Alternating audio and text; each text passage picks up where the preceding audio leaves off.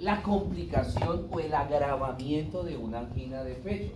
En la angina de pecho, el reposo del paciente le hacía que los síntomas desaparecieran, ¿sí? Pues estarse más quietico, en una angina de reposo, quedarse más quietico, ¿sí?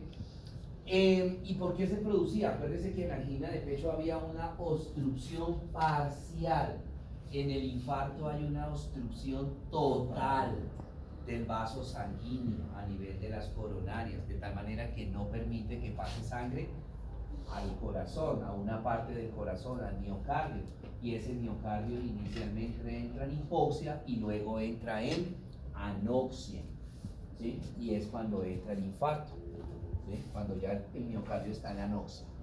Entonces mire la obstrucción acá, total. Entonces de aquí para allá ya no le va a llegar sangre, no le va a llegar oxigenación. Inicialmente entra en hipoxia, luego en anoxia y luego se infarta este pedazo. ¿Sí?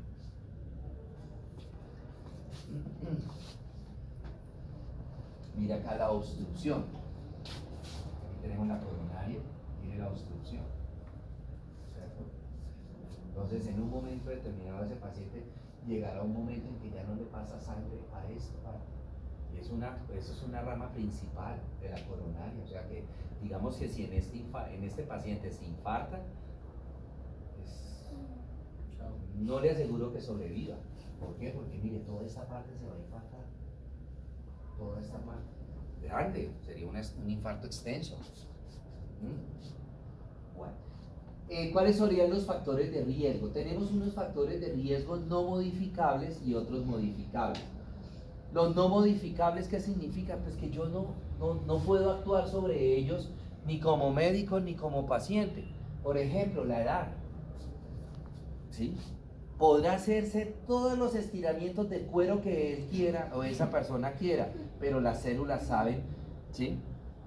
Le podrá aquí tener una moña de todo el cuero que se estiró y decir que tiene 25, pero no, las células de ahí saben que tienen 60, 70 años, ¿sí? Yo no puedo modificar eso. Sexo masculino, ya por qué los hombres somos más propensos a la hipertensión, por qué los hombres somos más propensos a la dislipidemia, por qué los hombres somos más propensos a los infartos, a la arteriosclerosis por aterosclerosis. Los antecedentes familiares, recuerde que heredamos el riesgo, más no heredamos la enfermedad. La diabetes, ¿sí?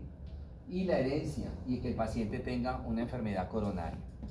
Los modificables, sobre esto yo sí puedo actuar como médico o como paciente.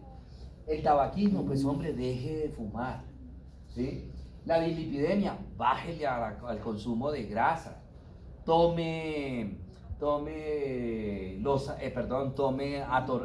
rosuvastatina, tome Elopid, todas las pastillas para bajarle el colesterol y triglicéridos, haga ejercicio, baje de peso, ¿sí? Y tómese juiciosito los medicamentos de la tensión, baje el consumo de sal, toda esa cuestión. Muy bien, entonces un factor de riesgo, la aterosclerosis, que ya nosotros la conocemos. ¿Quién es ese señor? ¿Señor?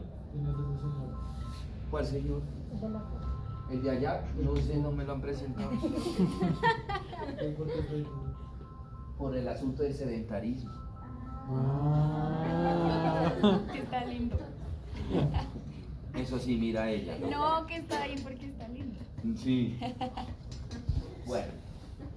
El infarto, por lo general, el infarto tiende a presentarse principalmente a nivel del ventrículo izquierdo. ¿Por qué? Porque acuérdese que a partir del ventrículo izquierdo se inicia la circulación mayor o circulación sistémica, ¿sí? Entonces, ese es el riesgo. Ahora, ¿de qué depende la extensión de un infarto? Depende de dos factores.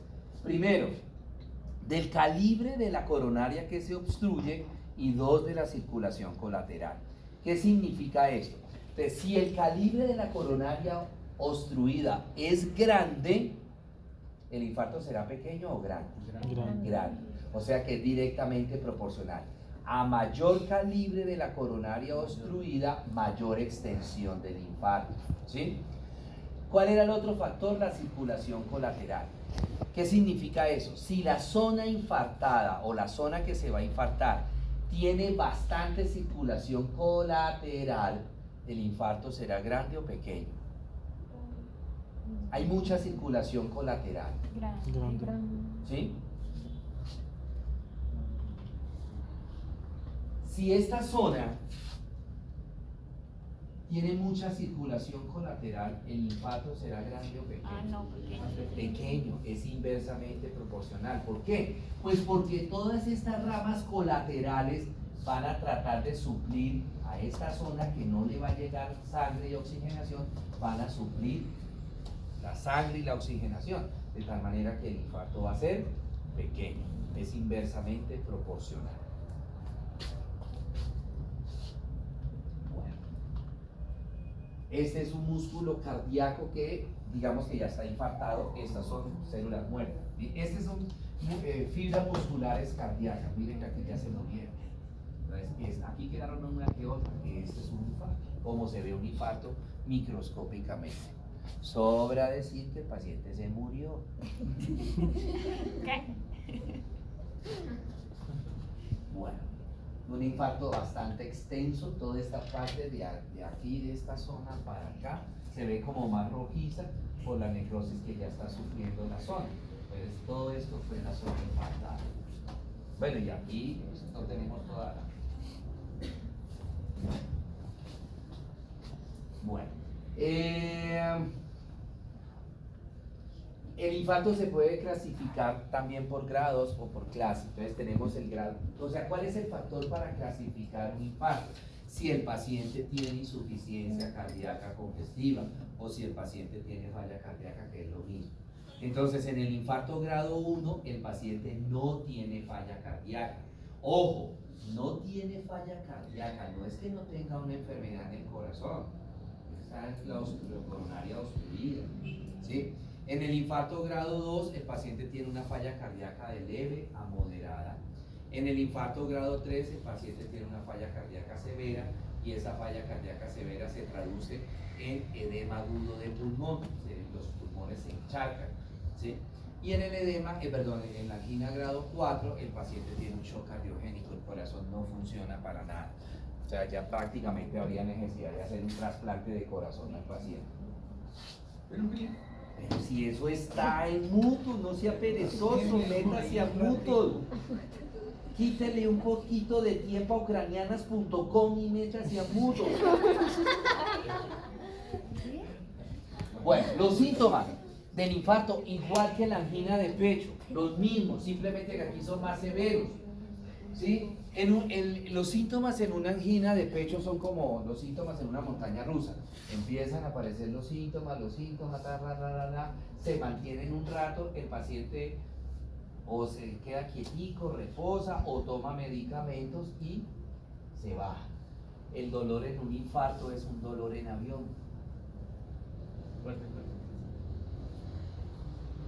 Creo que ya le voy a poner dos compañeras que se la han pasado toda la clase hablando de su clase que dice de las comas. Ya tiene compañeras, ya como es de buena gente. Es un dolor en avión. El dolor no desaparece, sino o cuando se le pone el tratamiento o cuando el paciente se muere. Es un dolor ascendente, va aumentando en intensidad, va aumentando en frecuencia. Y no va a esa fase de meseta que se mantiene el dolor estable, no aumenta ni en intensidad ni en frecuencia, no, como en la angina, sino que esto sigue arriba, sigue de para arriba. Bueno, la cianosis, uno de los síntomas que tiene el paciente con infarto, la cianosis peribucal. ¿Sí? La boca, los labios se ponen morados, la lengua también, ¿sí? Y ya de ahí la cianosis empieza a generalizar, ¿sí? La cara, la piel, las manos tienen acrocianosis. Bueno, los síntomas ya los vimos. Bueno, listo, muy bien. Preguntas, dudas, inquietudes.